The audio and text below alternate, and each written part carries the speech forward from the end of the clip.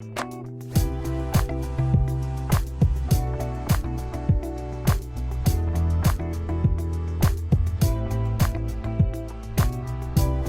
meus amigos, olá minhas amigas, como é que estão vocês? Hoje nessa edição do Café com o Professor, nós vamos ter a honra e a alegria de entrevistar a nossa queridíssima Andréia Miranda, a presidente do PSOL de Cabedelo. Olá Andréia, como é que está você? Olá Rogério, olá pessoal de Cabedelo, cabedelenses conterrâneos.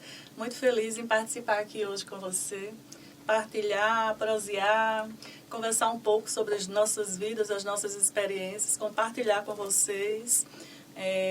Esse momento, o Café com o Professor, tem nos deixado muito felizes, um retorno de conhecimento, de profundidade para a população, que me deixou muito surpresa, né? Porque até dentro do nosso próprio partido, as pessoas que foram entrevistadas, muitas vezes a gente não conhece as peculiaridades, a individualidade de cada um.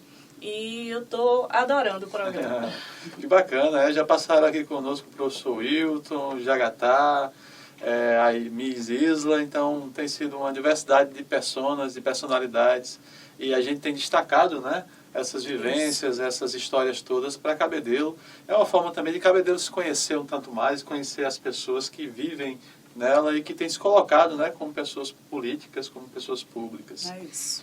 Mas também para as pessoas te conhecerem um pouco mais, para o público entender um pouco mais da tua história de vida, quem é você. Vamos fazer aqui algumas perguntas, algumas questões do lado biográfico da tua vida. Vamos você apresentar um pouco tuas raízes lá em Cabedelo. Você nasceu em Cabedelo? Sim, sou cabedelense nata, me orgulho muito disso, porque lá em Cabedelo a gente... raras pessoas podem dizer que são cabedelenses natas, porque verdade. a gente teve, dentro de um certo tempo, um certo período, lá em Cabedelo, nós tínhamos maternidade, né?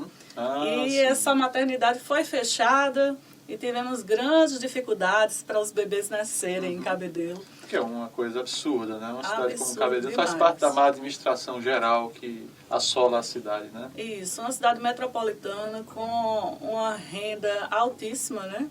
Sim, A sim. terceira maior do estado, e a gente não tem uma maternidade, e é uma lástima isso nos dias de hoje, né? Serviços públicos em geral são muito ruins, muito rebaixados, apesar do esforço dos servidores que estão lá prestando o serviço, mas muitas vezes sob condições que não são as melhores, né? Isso mesmo. Os meus filhos não são cabedelenses, são pessoenses, porque em Cabedelo não tinha uma maternidade. E não tem, né?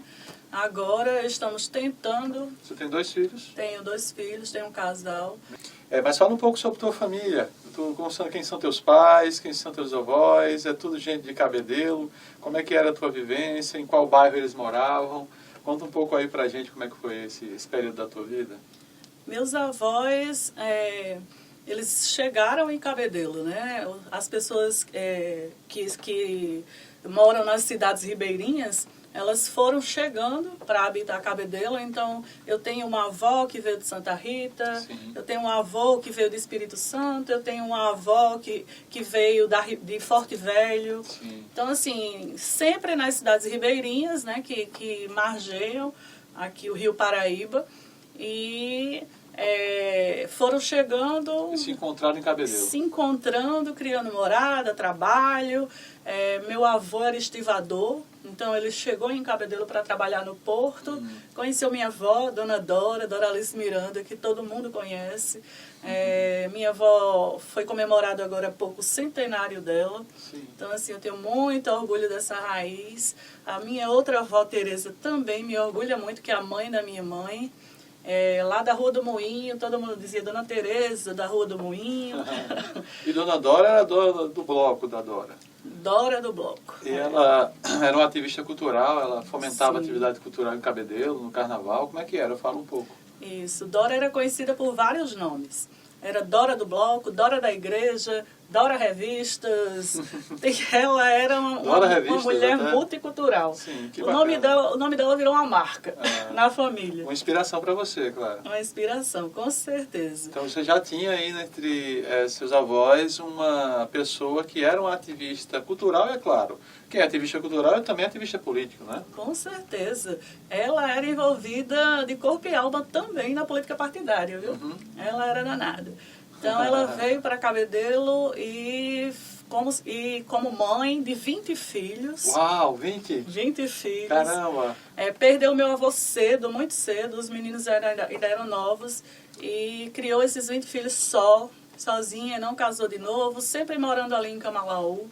Uma batalha grande. E ela tinha uma preocupação muito grande, Rogério. A preocupação dela de trazer cultura para dentro de casa era que aquelas 10 mulheres e 10 homens não se perdessem na vida, né? Sim. Que na época elas diziam assim, não, minhas filhas não podem se perder. Né? Então ela entendia que a cultura, trazer atividades culturais era uma maneira de formar os seus filhos. Com certeza. Cultura e educação era o foco dela. Que Inclusive, bacana. quando a gente chegava lá, ela era muito religiosa mesmo. Mas quando a gente chegava lá, ela não era daquela avó que dizia assim, já rezou hoje, já fez isso. Não, você estudou hoje, entendeu? A gente está fazendo um grupinho de lapinha. Você quer participar? A gente está fazendo uma ciranda, a gente está fazendo uma quadrilha. Eu nunca cheguei na casa da minha avó para não ter uma festa programada. Então ela era um tipo de mestra de cultura popular. Mestra da cultura popular. Então faz jus à homenagem dos 100 anos que ela recebeu. E até hoje tem o bloco da Dora, que anima o Carnaval de Cabedelo, né? Assim, Isso. Que maravilha. E seus pais? Como é que eram seus pais? Eles trabalhavam de quê? Como é que era a batalha em casa? Meu pai é Muitos irmãos? embarcado. Sou filha de pai embarcado. A minha mãe e meu pai até hoje são casados, graças a Deus, estão juntos. E eu cresci, né, tive uma infância muito matriarcal. Então, a minha mãe era pai e mãe. Você tem uma linhagem de mulheres fortes. De mulheres fortes, talvez, né? Talvez a minha índole hoje tenha sido muito espelhada na qualidade de mulher que a minha mãe foi, né? Ela foi muito guerreira, lutadora, sustentou a nossa educação, foi dona de casa, foi carro escolar para levar um para a escola, para levar para o esporte, isso e aquilo, para dar conta da psicologia dos filhos, né, entender a adolescência. O papel do cuidado, né, que fases, é muito feminino às vezes. Né? Isso, entender as fases, e tudo isso era muito difícil para ela, porque antigamente a comunicação era muito restrita. E aí, para ela falar com meu pai, só tinha um certo horário, porque no navio não pegava, ou na plataforma quando ele trabalhava. Então, eles só se falavam tarde da noite, que era quando a maioria dos funcionários da Petrobras já teriam ido dormir e tal, porque aí a linha telefônica ficava mais livre. E aí eles se falavam muito tarde, então muitas vezes a gente já estava dormindo. É bem a situação que muitas famílias conhecem em Cabedelo, que é a situação do embarcado, né? Isso. De viver as ausências, de viver as distâncias, as dificuldades às vezes de comunicação, a não participação às vezes em datas comemorativas, né? Que faz parte da dureza de criar família com essas atividades profissionais, né? Isso. Eu imagino que quem é de Cabedelo, as pessoas, os pais de família, as mães de família, devem, vez por outra, se defrontar com uma situação dessa, né? Hoje ainda é um pouco melhor, porque hoje tem muito a jornada do 15 por 15, que é 15 dias no mar e 15 dias aqui. Então, mas na minha época, o meu pai ficava 6 meses na plataforma, e 6 meses e 3 meses em casa. Aí depois passava mais 6, aí 3. Entendeu? Então, era um esforço enorme, né? Era bem difícil, porque quando ele chegava, a gente tinha um distanciamento dele que ele tinha dificuldades de quebrar. Sim. Isso aí. Então a gente teve muita até dificuldade com carinho, com aproximação, essas coisas, porque essa distância era difícil de ser recomposta. Sim. Entendeu? Então, a reaproximação demorava um pouquinho. Demorava um pouquinho. Então, eu acredito. Devido à ausência muito grande, né? E cada despedida era terrível. Um sofrimento. É um sofrimento. Então, acredito que isso tenha sido difícil, e é difícil até hoje, na vida de muitos cabedelenses, que Cabedelo é uma cidade com foco, né, Sim, na marinha mercante. Sim. Mas e do teu pai? Que elementos, que exemplos, que memórias mais você traz dele para, por exemplo, para explicar um pouco tua atividade de militância política? Como é que você interliga com as suas memórias o que seu pai foi e a tua vida de militância hoje? Eu sempre fui muito política, desde que eu estudo, né? Eu sempre tive um perfil de liderança, de estar à frente, de puxar. Eu lembro que eu estudava em João Pessoa e teve uma passeata do Fora Colo. Eu era pré-adolescente, acho que eu tinha 12 anos. E eu pulei o muro da minha escola, que era uma transgressão que... Para ir para o Fora Colo. Para ir para o Fora Colo. Para participar dos Caras Pintados. Dos Caras época, Pintados. Né? Para quem é mais jovem, esse foi o movimento que derrubou o Collor, o movimento de rua chamava Caras Pintadas. Isso. Muita juventude na rua, exigindo, depois que o Collor, inclusive, confiscou o dinheiro da poupança popular, das contas das pessoas, houve esse movimento e conseguiram derrubar o Collor, entre outras questões, é claro. É isso aí, pintei minha cara, segui Lindenberg Farias, no trio elétrico, e foi talvez a minha primeira transgressão política. Memória maravilhosa essa daí, viu? Bacana. E o teu pai tinha a ver um pouco com isso, com essa coisa da política? Ele tinha... Nesse período, né, o meu pai estava entrando na política, tentando ser vereador. Eu era adolescente e eu começava a ver aquilo com encanto, né? Porque eu via as reuniões, as conjunturas políticas, as análises e tal, e aquilo ali me encantava, eu achava muito bom. Só que aí depois ele ganhou a eleição, foi vereador no primeiro mandato. Seu pai também, então, tem uma história política em Cabedelo. Tem sim. Foi vereador por 3 mandatos, 12 anos. E no 4º mandato ele perdeu, né? Então, ele foi vereador por 12 anos, foi da época de Leto, de Alberto Magno, Luceninha. Então, eu vi todo esse pessoal aí fazer política. Então, muitas vezes, essa política que eu vivenciei de adolescente me afastou desse cenário. Muitas vezes, não. Na medida que eu fui crescendo, essa política me afastou desse cenário. Então você já não gostava dessa forma de fazer política que você vê em Cabedelo. Isso. Você já tinha um olhar crítico sobre isso. Isso. Meu pai dizia, meu candidato é esse e é esse. Aí eu dizia, não, eu vou votar em Luiz Couto. Então você já era uma eleitora de esquerda. Eu já tinha um perfil determinado e eu tinha uma personalidade muito, muito forte e muito construída, bem construída. Então, por mais que eu visse... E meu pai nunca interferiu nas minhas vontades e naquilo que eu estava formando, né? Ele orientava, ele queria que a gente fizesse daquela maneira. Mas ele não impedia que você fosse de esquerda, não? Não, ele não queria que eu fosse de esquerda. Mas não te impedia também. Mas não me impediu, eu era livre. E ele sempre nos tratou com liberdade, eu, meu irmão, com a liberdade fora do normal. Assim, ele foi um grande homem, porque ele nunca quis cercear os nossos ideais. Bacana, que maravilha. Seguindo um pouco em frente, a gente entendeu, né, a tua família, um pouco da tua história familiar. Você não falou que você teve mais irmãos? Quantos foram lá? Tenho um irmão, Betinho Miranda, muita gente conhece também. Betinho hoje está no PSB. Partido de centro-esquerda. Também herdou esse sangue. Agora é professor de educação física. Por aí. Vai ser professor, então. Vai sair do campo da política para... professor e está amando, inclusive um grande personal, viu? Se precisar aí, tá o mexendo dele. Bacana. Andréia, e sobre tua vida escolar, como é que foi? Você era uma boa aluna?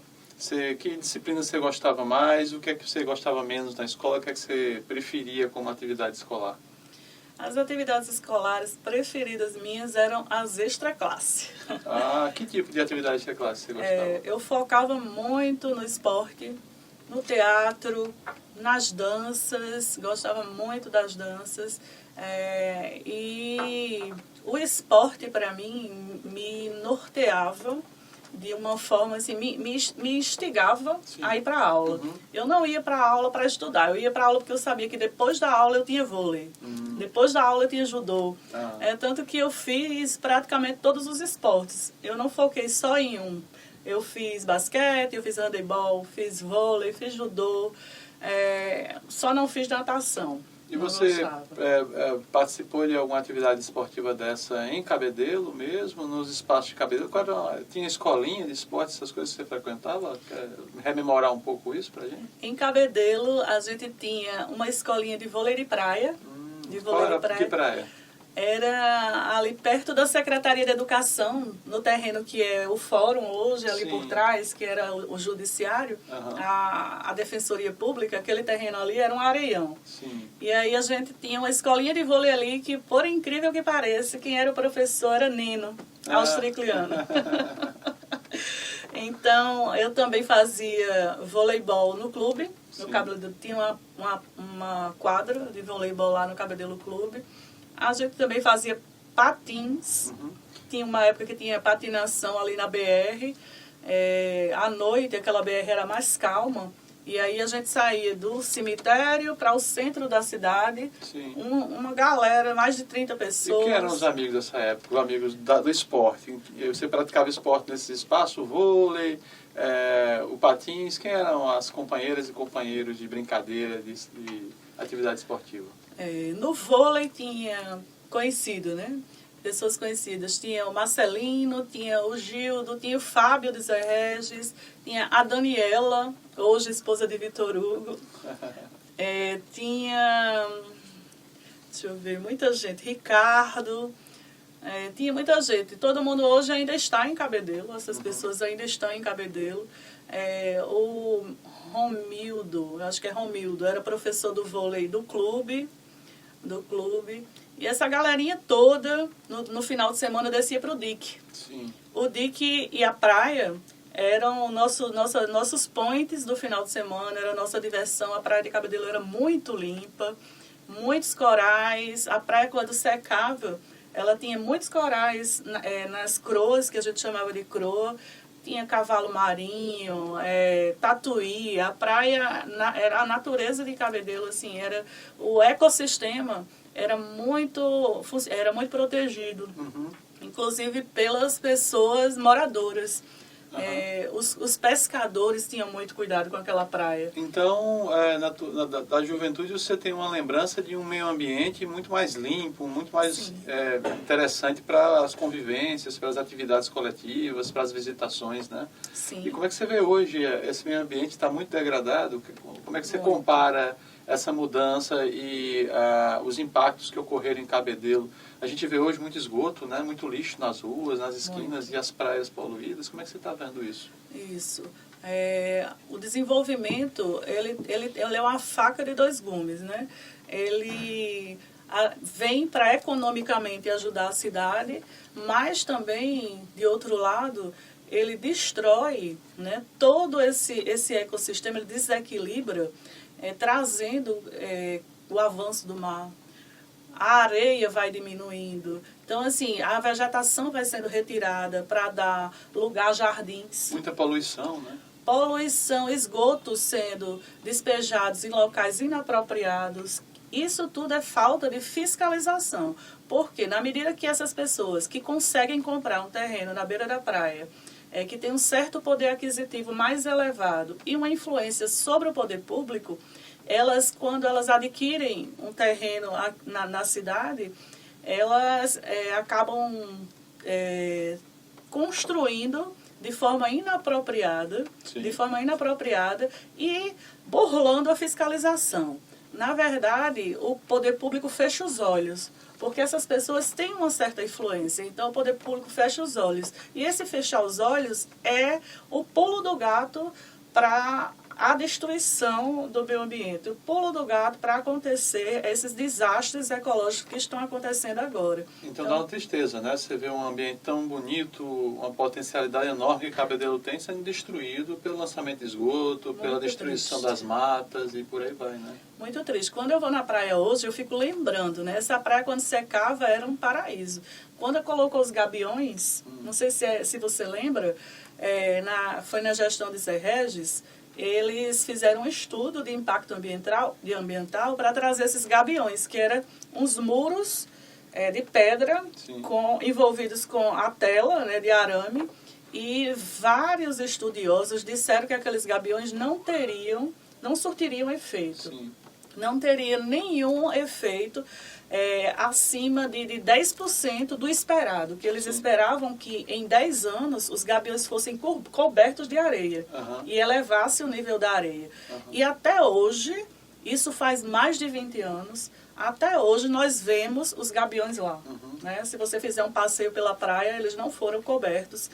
Inclusive, o arame torou, as pedras se espalharam, causando acidentes nas pessoas que passam, e aquilo ali não foi reconstituído e está lá, né? Então, a gente tem que analisar bem, porque foi agora há pouco estudado também essa questão em João Pessoa, né, de fazer a engorda das praias, que impactaria fortemente no ecossistema da nossa cidade, que é uma cidade vizinha, e a gente tem que estudar bem e ouvir os profissionais da educação que estão ali voltados para estudar e para analisar esses impactos. Os pesquisadores, pesquisadoras, né, das universidades, institutos federais, por exemplo. Isso, os técnicos.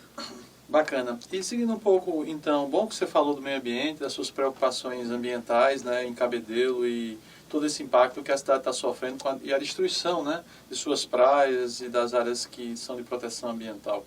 Bom que a gente lembre isso para a população, que a gente precisa de uma política muito mais forte, muito mais comprometida com o meio ambiente para salvar, ou a gente vai conviver com a Cabedelo no futuro, que vai perder grande parte de seus valores ambientais. Isso é muito grave. Gravíssimo. Mas, Andréa, e sobre sua formação? Você falou que inicialmente você estava se formando em psicologia na UFPB. Conta um pouco aí sua chegada na UFPB, como é que foi sua decisão, os cursos que você pensou em transitar e como é que foi um pouco sua formação no nível superior? É isso, essa gestação desse primeiro curso foi um pouco difícil. Eu era muito indecisa em relação ao que eu queria, né?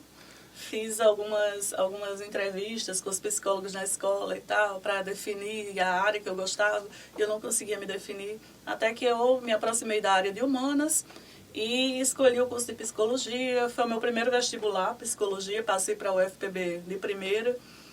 Minha família ficou muito feliz, mas depois de 1 ano e meio eu vi que psicologia não era minha área, porque tinha muita estatística e eu não conseguia gostar de estatística, não conseguia me aprofundar naquilo. Eu tinha notas muito boas, fui empurrando a estatística com a barriga e tal. Na faculdade a gente pode dar uma organizada na mente escolar. Sim. Mas aí decidi mudar até um conselho de uma das minhas professoras, que eu tinha boas notas, e ela disse que eu poderia me inscrever e transferir para outro curso, e eu transferi para jornalismo. Foi um curso que me identifiquei demais, gostava muito de comunicação. Terminei, já no final do curso, terminando o curso, eu virei empresária. Abri uma empresa na área de comunicação visual. Microempresária, né? Microempresária. Empreendedora, né? Isso, microempreendedora. E foi uma experiência boa, aprendi muito. Eu gostava muito de vendas. Sim. Então me destaquei, fiz uma cadeia de negociação com vários shoppings, bancos, e a minha empresa cresceu bem rápido, até com o governo. E aí, assim... Era uma empresa de comunicação. De comunicação visual. Depois eu conheci meu marido, e aí a gente mudou de ramo, foi para outro ramo, né? Eu fui trabalhar com ele.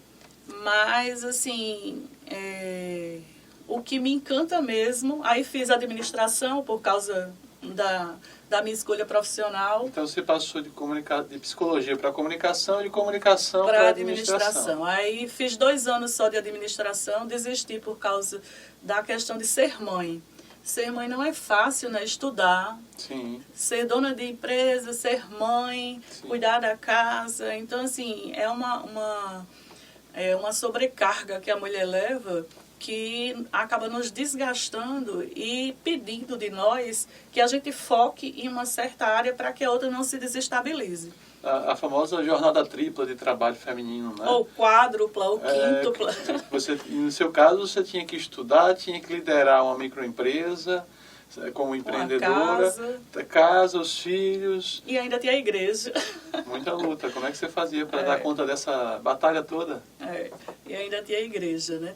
E a sociedade ainda cobra um corpinho, né? Ainda cobra que a gente vá para a academia. A sociedade ainda... O cabelo tem que estar bonito, que o cabelo esteja bonito, que a gente faça as unhas, que, né? Então é bem difícil. A gente tem que se virar. Então, como apoio, né, eu sempre tive a minha mãe, que foi um braço direito para mim, por mais que durante um certo tempo da minha vida, na infância dos meus filhos, eu morava em João Pessoa. Sim. E porque facilitava, porque a mim, pronto, eu sempre procurei isso para facilitar a minha vida. Eu abri a minha empresa perto da escola dos meus filhos. Sim. E a minha casa perto da minha empresa, para eu poder conseguir fazer esse ciclo, entendeu? De deixar a menina na escola, ir para a empresa, voltar para casa, fazer a janta, ir para a universidade. Então, eu decidi morar nos bancários, trabalhar nos bancários. Os meninos estudavam nos bancários e eu fazia faculdade na UFPB. Então, ficava tudo juntinho, que era para eu driblar. E o maridão também tomava parte aí, dividia as tarefas. Também. Coisa boa. Vamos ter um companheiro que divida as tarefas e não fuja da luta cotidiana, não deixe só com a esposa não, hein? Tem que tomar conta da casa também, dos filhos. E para ir para uma festa era uma luta, viu? Convencer a manhinha de que eu precisava ir numa festinha, pelo menos na vida, para ela ficar com os meninos. E me diz uma coisa, e ainda com essa luta toda de ser microempresária, de tocar a vida dos filhos, né, da família, da casa, e ainda você topou a militância política. Como é que foi aí o início da militância? Como é que você percebeu que queria ser uma mulher, além disso, ser uma mulher de participação social e política, de ocupação de espaços de poder, de representação social? Como é que foi teu início nesse negócio? É isso. Eu sempre achei que a política é uma coisa muito séria. Deve ser interpretada por todas as pessoas e todos os cidadãos de uma forma séria. Então, eu acho que antes de votar, você tem que estudar as pessoas que você está votando, anotar para você não esquecer, porque o brasileiro tem a fama de esquecer em quem vota. Então, você tem que anotar quem você votou, por que você votou, qual foi as promessas dele, né? Quais foram as propostas dele ou dela, que te impactou para você escolher essa pessoa como representante, para que depois você consiga cobrar isso daquele cidadão que você escolheu para representar, né? Então, eu sempre achei isso muito importante. Então, desde adolescente, eu me inseri nesse contexto político de análise. Eu analisava muito bem o mundo político. Você tinha um exemplo do seu pai, é claro, em casa, que já participava de política, e você também foi se encaminhando para aí. Isso. E gostava das análises, de entender o que estava acontecendo. Isso, participava de fora das reuniões, ouvia aquilo ali e tirava as minhas conclusões, né? Dentro daquele contexto local, pessoal, dentro da minha casa e dentro daquele cenário da minha cidade e fora, né? Na TV, nos livros. Estava sempre antenada com a realidade política, né? Sempre, sempre. Até que eu vi que estar de fora da política não estava... aquele mundo que eu via, que era um mundo político perfeito, estava sendo desconstruído. As pessoas estavam se afastando. Então eu via cada vez mais diminuir as pessoas que eu me identificava para votar. Sim. Elas não estavam mais se colocando no cenário político. E eu vi aquilo com muita preocupação. Então, em Cabedelo tem uma pessoa que representa muito bem isso, que é o camarada Marcos Patrício. Sim. Ele me representava politicamente muito bem. E eu sempre votei nele. Até que um dia, eu analisando ele como político, eu passei e vi ele num comício, o comício tinha pouquíssima gente, e eu disse, meu Deus, como é que as pessoas não escutam um discurso tão bom desse, não dão valor, né? Não estão aqui? E eu comecei a ver no cenário da cidade que as pessoas não estavam ali, porque se elas estivessem ali, elas iam perder o emprego, entendeu? Então eu vi que muita gente ouvia de casa, da calçada da sua casa. E eu comecei a perguntar às pessoas, o que é que você acha desse rapaz? Todo mundo amava ele, todo mundo achava ele maravilhoso, que ele era a solução para Cabedelo, mas ele tinha uma votação baixa, entendeu? Então, eu disse, eu acho que eu posso ajudar esse rapaz. E aí, ele um dia passou por mim e tal, eu disse, vou votar em você e na próxima campanha eu te ajudo. E foi o que aconteceu. Teve uma eleição suplementar, eu ajudei o Marcos e coordenei a campanha dele nesse ano, depois de novo, e até que cheguei a me filiar ao PSOL. Sim. Então, o início da tua caminhada como militante já foi no PSOL, no próprio partido. Isso. E junto com o Marco Patrício, que é uma liderança local importantíssima, nosso abraço aqui ao Marco Patrício. E aí começou. E como foi essa descoberta para você? Você chegando no PSOL, você viu lá o setorial de mulheres, viu a organização das pessoas participando das lutas e Como é que foi essa primeira experiência de chegada? Como é que isso tem se refletido na tua vida? Primeiramente, Rogério, para mim foi uma surpresa e uma decepção. Por quê? O papel da mulher hoje, ele é visto como, ainda na sociedade, como secundário. Então, a partir do momento que eu me inseri nesse contexto político, a minha família disse assim, isso não é coisa para você. Mas não era para você, era isto não é coisa para mulher. Para mulheres, né? Entendeu? Sim, sim. Nesse contexto, mas não saiu mulher na palavra, mas o você era mulher, entendeu? Na nossa família já tem muitos homens que fazem esse papel, entendeu? Então você teve que romper e lá dizer, eu sou mulher e vou participar. Isso, entendeu? Então, assim, a minha resposta não era dizendo assim, eu vou contradizer você. A minha resposta era fazer diferente. Entendeu? Era fazer diferente. Quando a minha família dizia assim, você não deve ir para isso, que isso é perigoso, que isso não é para você, que isso e aquilo, eu fazia diferente. Mas fazer diferente não era contradizer, era fazer uma política diferente. Então elas começaram a gostar e ver que não tinha aquilo em Cabedelo. Então eu chegava e aí as minhas tias, né, diziam, você é maravilhosa. Isso que você faz agora, cuidado, não entra nessa política eleitoral, não. Mas já reconheciam que desempenhar esse papel era importante, isso, né? Ser essa mulher de luta, aguerrida, participante da atividade política. Mas cuidado, não entre nisso, não. Sempre no final, entendeu? Aquele cuidado. Então você encontrou uma primeira dificuldade na própria família, né? Na cultura de que mulheres não participam de política, você teve que romper com isso e teve que demonstrar força para isso. Até reuniões foram feitas, viu? Para me tirar disso. Que coisa. Mas além da família, que outras dificuldades você encontrou na sociedade, por exemplo? As pessoas olham meio assim e, você vive na vida política e isso não tem futuro para a vida, coisa desse tipo. Como é que você... Na sociedade, foi o preconceito da mulher ao lado de um homem, como Marcos Patrício. Sim. Como eu coordenava a campanha de Marcos Patrício, eu já era casada com Wagner, e eu coordenava a campanha de Marcos Patrício, por mais que até Wagner estivesse na campanha, mas as pessoas não me viam como coordenadora da campanha. As pessoas me viam como se fosse não, Andréa está tendo um caso com o Marcos Patrício. Andréa isso, Andréa, entendeu? Então, assim, eu ouvi de uma pessoa numa caminhada, você é a Paquita de Marcos Patrício. Que coisa, que preconceito absurdo. Né? Absurdo. Então, as pessoas não me viam como uma profissional e como não é a Andréa, política, é a mulher, como um agente política. Então, eu precisei mostrar quem eu sou, eu precisei mostrar que a mulher tem valor, que a mulher, inclusive, eu ouvi isso de outra mulher. Então, assim, as mulheres precisam se identificar como elas foram diminuídas de tal forma pelo patriarcado que elas não conseguem se identificar como mulher uma na outra. Sim. Uma na outra. Elas diminuem o próprio papel da mulher. Sim. Isso é muito sério. Então, assim, foi preciso que eu tivesse coragem e força para mostrar para a sociedade que o meu papel ali era de coordenadora da campanha. Eu não precisava ter vergonha de dizer, eu sou coordenadora da campanha. Aquela pessoa que falou aquilo ali, ela tinha que reconhecer posteriormente que o meu trabalho foi massa. E que também ela pode fazer um igual. Sim, e reconhecer a mulher, no seu caso, né, por exemplo, como um agente de transformação política social, né? Sim. Mulher que está na política e está ali para transformar os espaços, para melhorar, para garantir o direito das pessoas, das Sim. próprias mulheres, né? E é uma luta grandiosa que tem que se fazer na sociedade ainda para que isso aconteça, né? Com certeza. E você, além dessas dificuldades todas, de enfrentar esses elementos todos aí, de ser uma mãe que teve que cuidar dos filhos e tudo, você se tornou presidenta do PSOL em Cabedelo. Como é que foi isso? E fala pra gente dessa caminhada também, dessa experiência. Como é ser presidenta, como é que é presidir os rumos do partido, do PSOL em um município importante como é Cabedelo? É isso, que também é outra luta, né?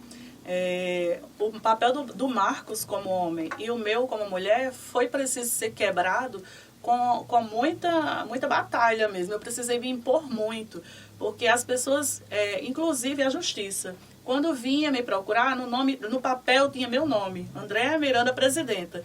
Mas a justiça dizia assim, passe para Marcos Patrício, por favor. as figuras jurídicas da cidade, sim, entendeu? Mas no papel tinha meu nome, tinha Andréa Miranda, entendeu? É. Então, assim, nas conversas políticas, as pessoas ligavam. Aí não ligavam para mim, ligavam para o Marcos. Eu já sendo presidente do partido. Aí ligava para o Marcos, porque achavam que o meu papel era figurativo. Entendeu? Então, assim, elas não tinham ciência de que quando eu cheguei naquele papel, não foi porque Marcos me colocou naquele papel. Foi um lugar que eu conquistei. Como mulher, como lutadora, como cientista política, porque eu estudei para fazer aquilo, entendeu? Então, as pessoas não me viam daquele jeito porque a sociedade ainda é patriarcal. Então, você tem que reafirmar todo momento seu papel, que você é a liderança, que você é a presidenta e que você é a autoridade do partido. Até que eu chegasse no dia de hoje e que hoje eu me sinto presidenta do PSOL. Porque hoje ninguém liga mais para Marcos Patrício e diz assim, não, eu queria falar com o presidente. Entendeu? Eu sendo a presidenta. Não, ninguém faz isso mais hoje, porque eu consolidei o meu espaço ali. E foi muito difícil, muito difícil. Marcos Patrício vivenciou isso comigo. Inclusive, as pessoas ligavam para ele dizia, não, a presidenta é a Andréa, ligue para ela. É tanto que eu deixei ele como tesoureiro, eu deixei muitas vezes de convidá-lo para ir para uma reunião, porque se ele fosse, as pessoas não se direcionavam a mim. Entendeu? Até o momento que eu me consolidei, aí pronto, agora a gente trabalha juntos. Fala uma coisa, como presidenta do PSOL, como militante, você diria assim que a sua bandeira principal é a luta das mulheres, a afirmação dos direitos, da igualdade de gênero, da igualdade salarial. Esse é seu caminho principal, é a luta das mulheres, sim? Isso, com certeza. A dificuldade da mulher se colocar nesse cenário, né, atual é enorme ainda. E a gente precisa de mulheres que se conscientizem disso, que estejam à frente dessa mentalidade, puxando as outras. Sim. Então, se eu tenho essa consciência, na sociedade eu tenho um papel de puxadora das outras que ainda não têm. Então, autorrepresentação feminina. Uma representação feminina, feminista, as pessoas têm dificuldade de dizer que são feministas, entendeu? Porque elas desconhecem o contexto da palavra feminismo. Então, assim, o feminismo, ele conseguiu, historicamente, grandes conquistas. Sim, hoje as mulheres votarem, então, assim, foi fruto de muita luta, foi fruto de muita dedicação de mulheres na rua. Então, a luta feminista tem muito valor. E, historicamente, isso foi desconstruído até por essa política eleitoral de fake news, de redes sociais, né, descontroladas. Uma desinformação sobre o que é o feminismo. A notícia do título, então você não abre uma notícia, você não investiga se aquela notícia é verdade, se é uma fake news. A companheira Manuela Dávila, ela foi totalmente desconstruída, a candidatura dela, ela passou por uma dificuldade psicológica enorme, ela entrou em depressão por causa da fake news. Então, uma companheira política com uma trajetória política enorme, construída já. Um perfil intelectual. Intelectual, né? E uma fake news destruiu a carreira. Então, isso é muito sério. Inclusive, hoje nós temos leis que consolidam a defesa das pessoas que sofrem esse tipo de agressão digital. Então, a fake news é uma agressão digital porque ela destrói vidas. Destrói de verdade. Então, a gente precisa ter muito cuidado com isso. Uma coisa que acontece muito com as mulheres na política é o ataque a questões sexuais, né? A vida sexual, a vida privada da mulher, né? Isso tem muito a ver também com a participação e a forma como o preconceito, o masculinismo, né? O patriarcado joga com isso na política, né? Esse é um elemento também importante ser destacado. Mas além de ser uma militante das mulheres... Sobre isso, eu queria só fazer para você ter ideia de como a política interfere, né, nessa violência contra a mulher. De 2022, que foi uma abertura política de direita que tivemos, para cá, nós tivemos um crescimento absurdo de todos os tipos de violência. Foram mais de 10%, num contexto como o Brasil, que tem a maioria de mulheres, foram mais de 10% em todos os tipos de violência. O crescimento, entendeu? Então, isso é uma coisa que deve se observar e se lutar contra, se combater, porque esses registros, são registros civis, então são pessoas que tiveram coragem de ir na delegacia e fazer a denúncia. Mas por trás disso, tem muito mais pessoas que foram violentadas, mulheres trans e mulheres cis que foram violentadas e não tiveram coragem de denunciar. Sim. É importante a participação na política, inclusive por isso, porque você é um canal de denúncia para essas situações de injustiça, de violência tão comuns ainda no Brasil, né? Mas eu queria te perguntar também sobre, você é uma militante dos direitos das mulheres, é uma militante feminista, e esse papel da mulher forte, né, liderança de um partido, como o PSOL, que é um partido importante hoje no país, numa cidade também de destaque, que é Cabedelo. Mas você também é ecologista, você também está ligada ao movimento ambiental e à defesa das bandeiras da natureza, da preservação, não é isso? Sim. É outra causa que me encanta muito e necessária demais na minha vida. Tanto que a minha filha, como eu não tinha mais tempo para fazer um curso na minha vida, Sim. Quando a minha filha foi escolher um curso, né, no IFPB, eu disse, não escolha técnica e meio ambiente. Porque eu acho assim que é o curso do futuro, as pessoas precisam de ambientalistas, as pessoas precisam de técnicos, de engenheiros, de estudiosos dessa área do meio ambiente, porque é o que vai nos salvar, né? É o que vai nos salvar desse desastre que nós mesmos estamos causando, no mundo.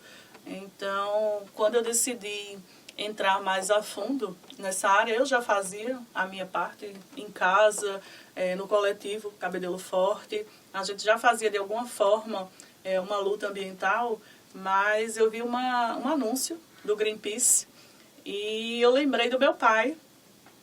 O meu pai, ele, quando era vereador, ele teve uma tentativa de trazida do lixo atômico. Ah, aquela famosa história da entrada do lixo atômico em Cabedelo, né? É isso. Então, teu pai fez parte daquela história de resistência? Fez, sim. Para quem não conhece essa história, iam receber um envio, né, que vinha da Europa de lixo atômico e seria depositado, entraria pelo Porto de Cabedelo para ser depositado no Brasil.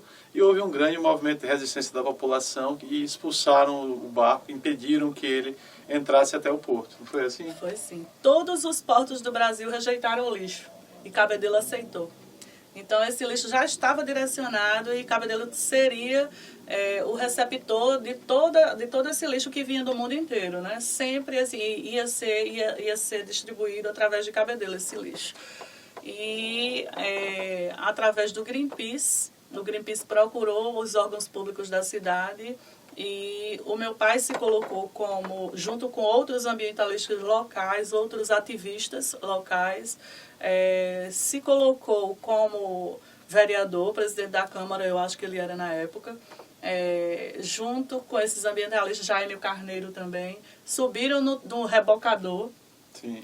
E atravessaram o rebocador na frente do navio com lixo atômico e não deixaram passar.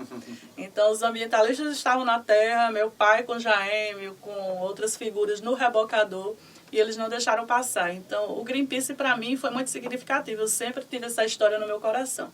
Que história fantástica. Demais. E Cabedelo agradece. Então, essas histórias não devem ser apagadas. O Jaime Carneiro também, ele é um ativista que se dedicou também à não construção dos espigões aqui em Cabedelo. Senão nós éramos como essas cidades do sul, Recife, que são cheias de espigões na beira-mar. Aqui em Cabedelo foi vetado nessa época também. Eles unificam a circulação do vento e uma série de questões ambientais, a concentração de esgoto, de trânsito, né?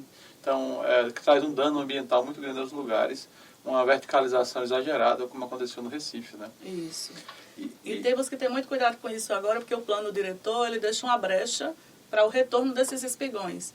Então, nós precisamos, como defensores dessa causa ambiental, precisamos não deixar que isso aconteça.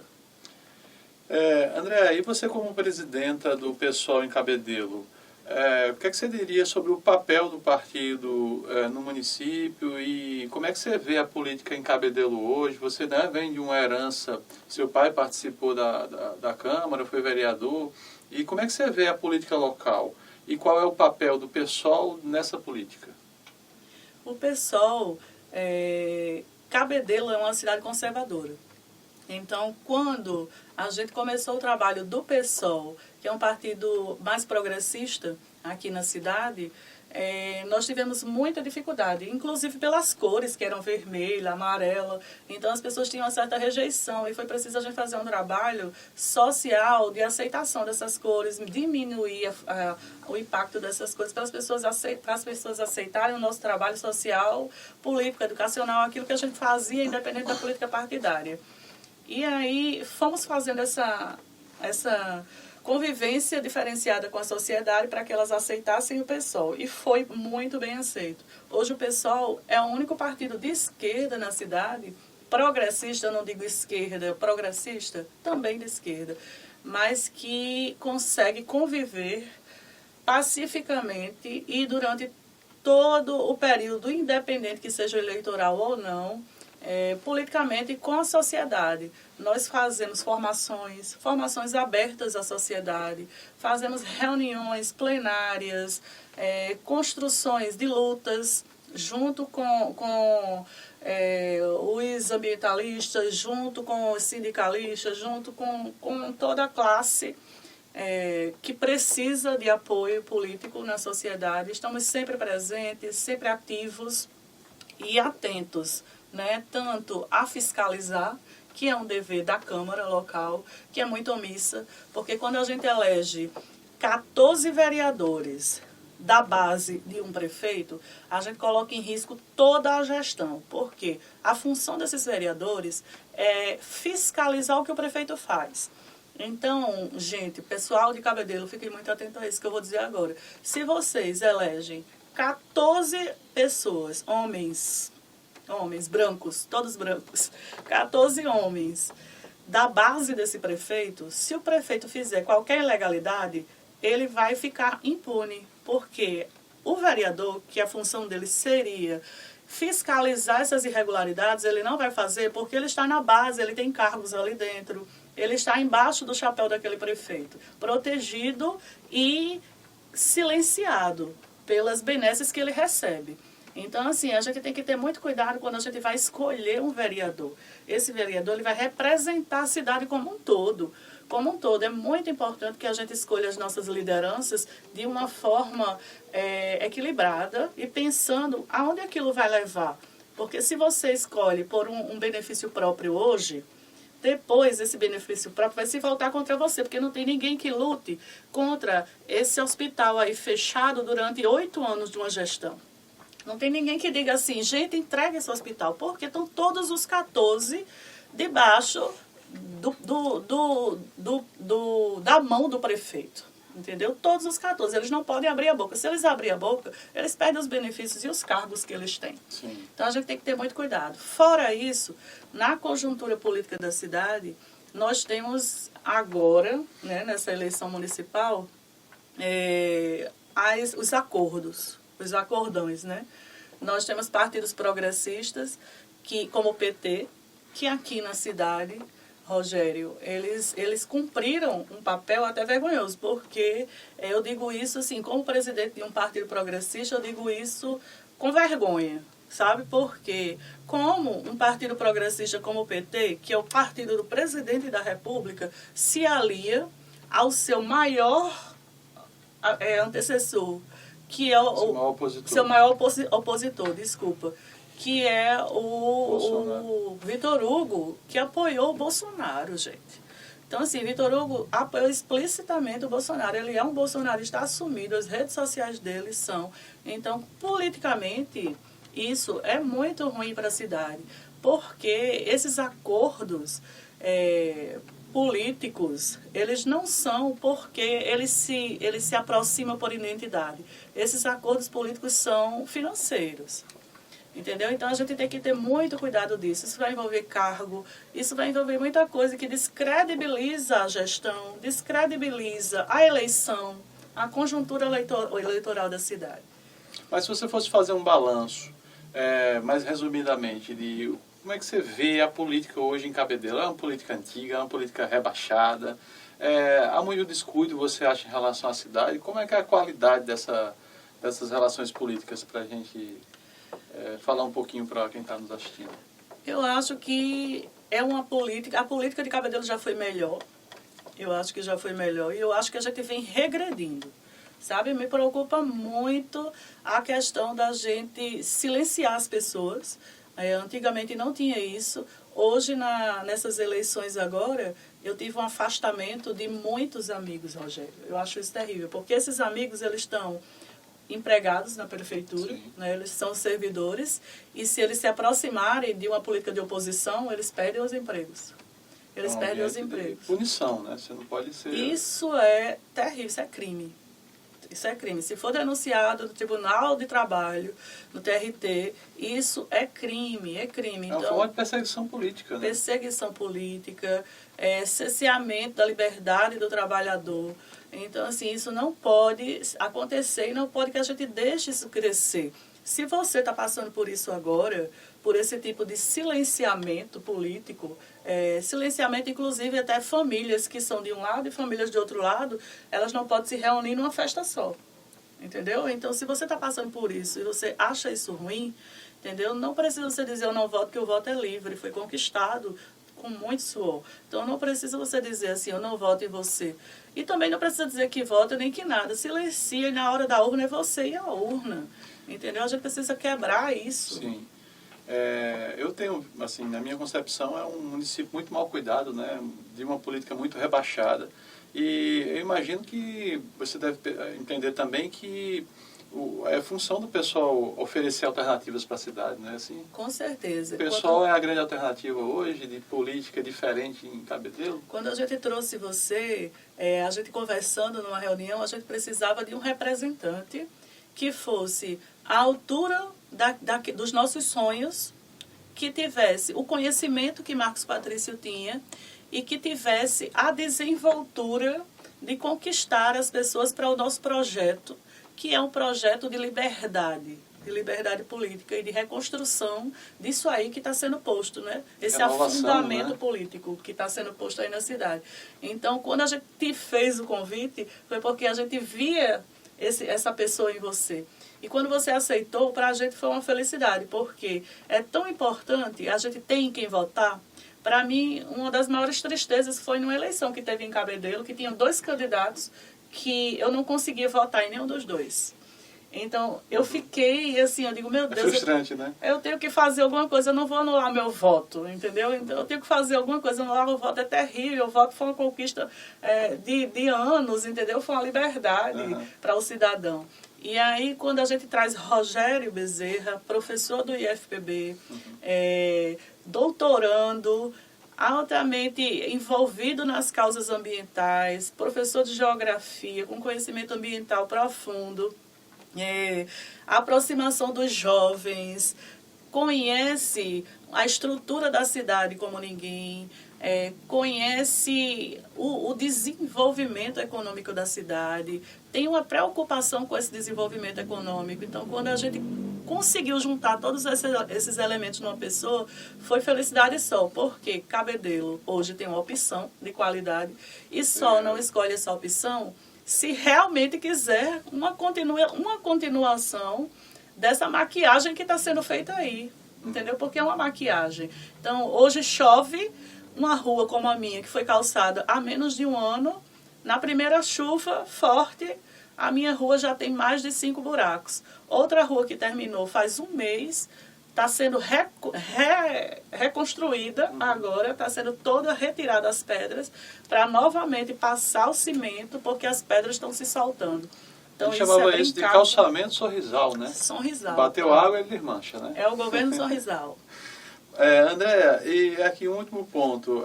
Além dessa batalha toda que você já falou um pouco aí pra gente, já comentou, além dessa luta toda, dessa gana toda que você tem, de ser presidenta do partido, de ser mãe, de ser microempresária, de organizar tantas tarefas na vida, você ainda topou ser pré-candidata para a Câmara Municipal de Cabedelo, você agora é pré-candidata a vereador em Cabedelo. Como é que está essa luta? É a sua primeira candidatura? Você está lá para representar essas mulheres de luta aí, esses temas ambientais que tanto Cabedelo precisa. Comenta aí pra gente. É isso, mas essa é para o meu currículo.